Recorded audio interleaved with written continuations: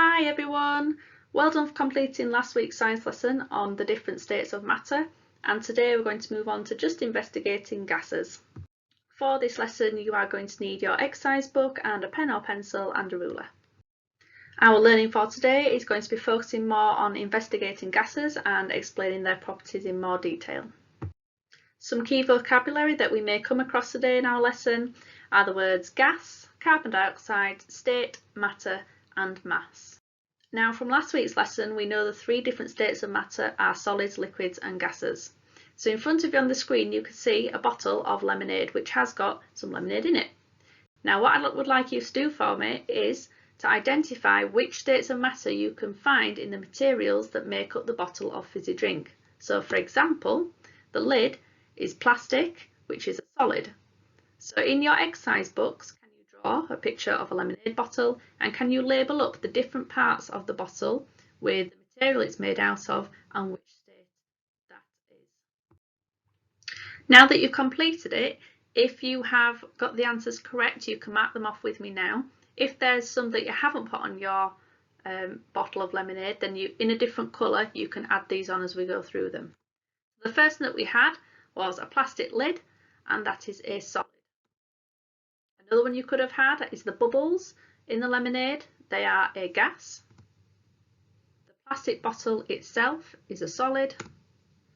The paper label that goes around the bottle is a solid. And the lemonade drink itself inside the bottle is a liquid. Tick them off now or add to it if you need to. So to understand the gas in fizzy drinks a little further, there's some information on the screen in front of you now. So what are the bubbles in fizzy drinks made of? So the bubbles in fizzy drinks are made from a gas called carbon dioxide, and this makes up about 0.04% of the Earth's atmosphere. And the reason that there are bubbles in fizzy drinks is because a clergyman and scientist called Joseph Priestley, in 1767 he accidentally invented the first fizzy drink, so he didn't actually mean to do it. He found a way to dissolve the gas in water, and this made the first carbonated water and the first soda water. So how are the fizzy drinks made? So the fizzy drinks are made by adding the carbon dioxide to liquid under huge amounts of pressure, and the carbon dioxide dissolves in the liquid and settles in the space above the liquid in the bottle or can. Now when the container is opened, and you'll have probably heard this or done it yourself, the pressure decreases and the gas escapes really quickly, and that's what makes that hissing sound when you open a bottle of pop or you open a can. The bubbles appear as the carbon dioxide turns into gas, and you'll notice quite a lot of the bubbles are on the surface of the liquid, whether it's in your can or in the bottle. So carbon dioxide also can be quite useful. Fire extinguishers use carbon dioxide to cool flames and to stop oxygen getting to the fire. Carbon dioxide freezes at -78 degrees Celsius and becomes a solid called dry ice, which you may have seen before or heard of before.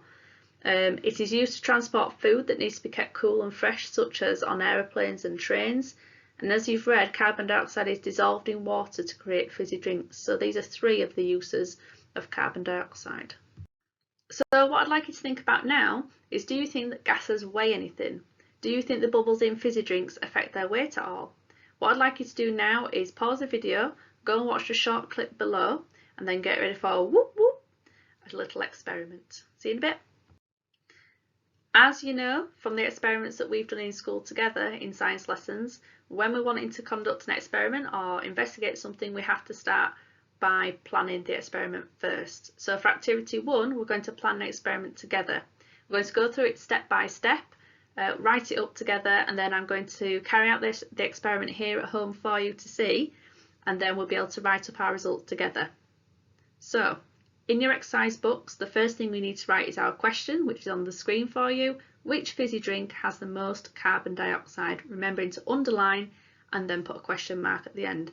As we go through the planning of the experiment, if you need to pause the video at any point to get everything down in your exercise books, please do that.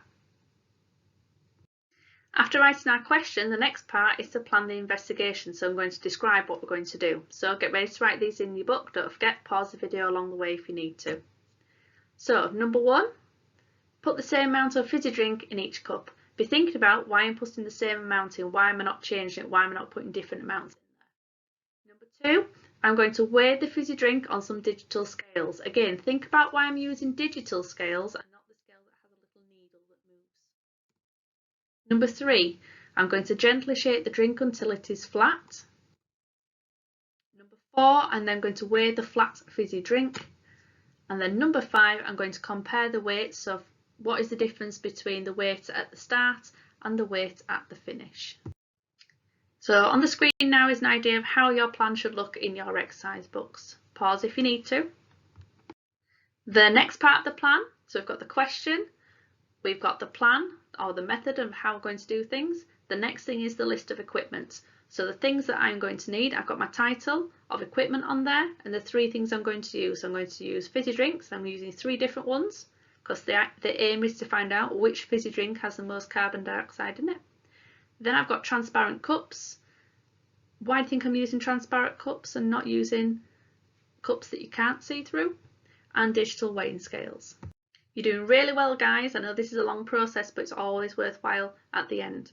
So we now have our question, our method or our plan, and we have our list of equipment. Now it's important to look at prediction. Don't forget, a prediction is writing what you think will happen. So think about the question that we've set. Which fizzy drink do you think will have the most carbon dioxide? So I predict that. You will finish that off and tell me why, because. You can use some of the other ideas on the screen. I expect to see ... because, or I predict ... because. You could also use the 2 at the bottom. I think that my results will show, or I predict that ... will happen because. So you can choose any of those phrases at all. It's entirely up to you. I put an example on the board, but you can choose which one you want, whichever you find easiest to put into a sentence or to explain your ideas or opinions. So earlier when we were writing the method down, I asked you to think about, why do you think I was putting the same amount of liquid in the cups and not changing the amount every time? And I was hoping that you're thinking all the time from the experiments we've done at school about fair testing. So how we can make an investigation a fair test. Now we know about the things that we need to change. We know that the scientific name for that is the variable.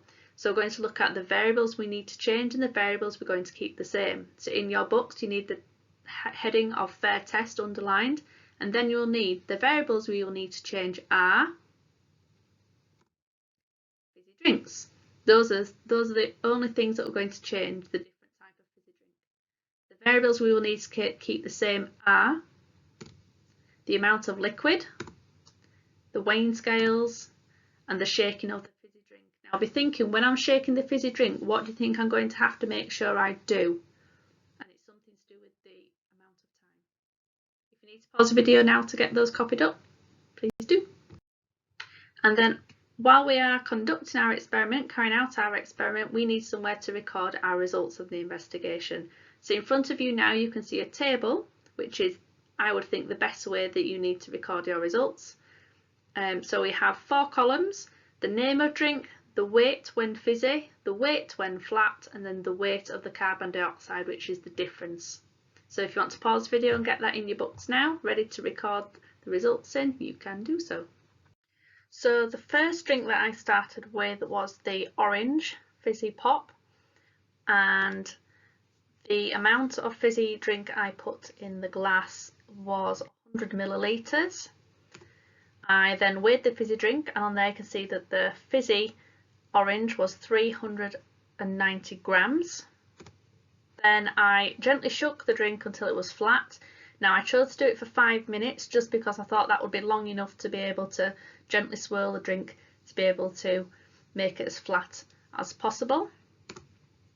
And then I weighed it once I'd gently swirled for 5 minutes, and the end total, the end weight, was 386 grams.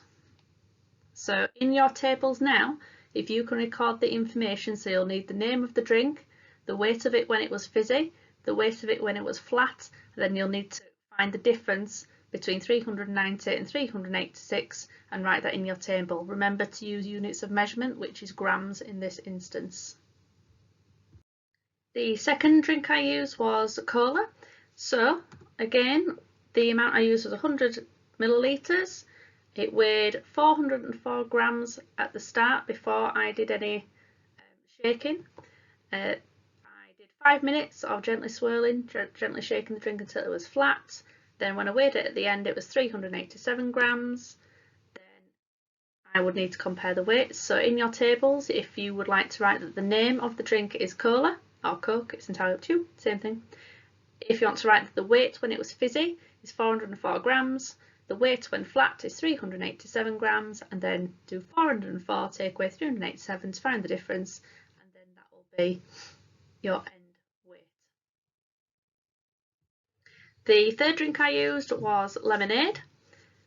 So again, 100 millilitres in the glass. Weighed it before I started swirling, so it was 386 grams before I swirled. Gently swirled it or shook it for 5 minutes until it was flat, and then I weighed it at the end and it was 51 grams. Then I need to compare the weight, so that would need to go in your table, find the difference, 386 take away 51, and that would be the difference, your end weight. Don't forget units of measurements and make sure you put grams at the end. So now you have the data from the experiment, you need to think about concluding. So looking at the data and telling me what it shows you. So you can use some sentence starters that are on the slides. So for instance, my results show that, and you would tell me the evidence I have for this is, or you could use simple sentence openers like I found out that, or my results show. Now you can see on mine there I've put conclusion as the subheading and underlined it, and I've used my results show that the fizziest drink tested was, and I'd put either cola, lemonade or orange, using my results to help. I know this because, and the reason why. Why do I know that's the fizziest drink? Think about in the video clip what you saw for the weight of gases in the video clip, and see if that can help inform your decision, and see if you can explain to me as best you can which drink you've chosen and why. So we're looking for the one that's the fizziest, which one had the most carbon dioxide in it. So look at your results, look at that difference column and see if you can figure out which one had the most carbon dioxide in it and why you think that. For your science challenges this week, I've given you 2 actually. So the first one is, can you research who invented fizzy drinks? You could make a little fact file about them. And then number 2, can you make raisins dance? To do this, or to test this, you need to add 5 or 6 raisins to a glass of fizzy lemonade and watch what they do. You can either record it via video or present your findings using a little diagram with labels at the side. Don't worry if you can't do challenge number 2. Next week, in next week's lesson, before we start the lesson itself, I'll do a little video of me doing it at home for you, so that if you haven't got any raisins or lemonade at home, you don't miss out. And I'll do that for you so you can see it.